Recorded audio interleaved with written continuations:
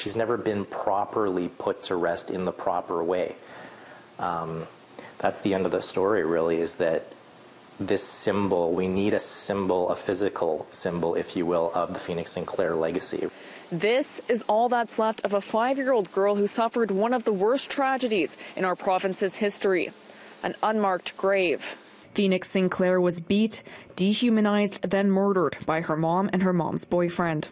Social workers marked her alive and well for 9 months while her body lied in the ground near a landfill. Now, 14 years after her tragic legacy shocked people across the country, Phoenix lies without a reminder of her story, the story that became the catalyst for saving other children's lives. Her father and godmother are trying to get a headstone to honor the bright and lively child who was loved. It's very important just because of the narrative that has been put out there on Phoenix, like having her headstone and putting the stories to rest that she was a forgotten child, which she was anything but forgotten. It's very important. It's very important for her legacy. Phoenix's death sparked calls for action and child protection across the country. It triggered one of the largest public inquiries in Manitoba. But Edwards says the recommendations of the inquiry have still not been fulfilled. He had stated that the province needs to implement all the recommendations of that report to acknowledge their guilt in the matter, and that hasn't happened at all.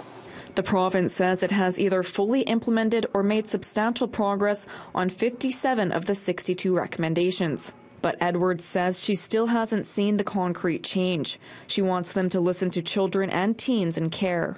One of the people helping fundraise for Phoenix's headstone says it's important to remind people of her story to prevent it from happening again. Initially, when she died, she was buried by her mother and her mother's boyfriend. And, you know, so it's like she had this first grave, unmarked grave, naturally.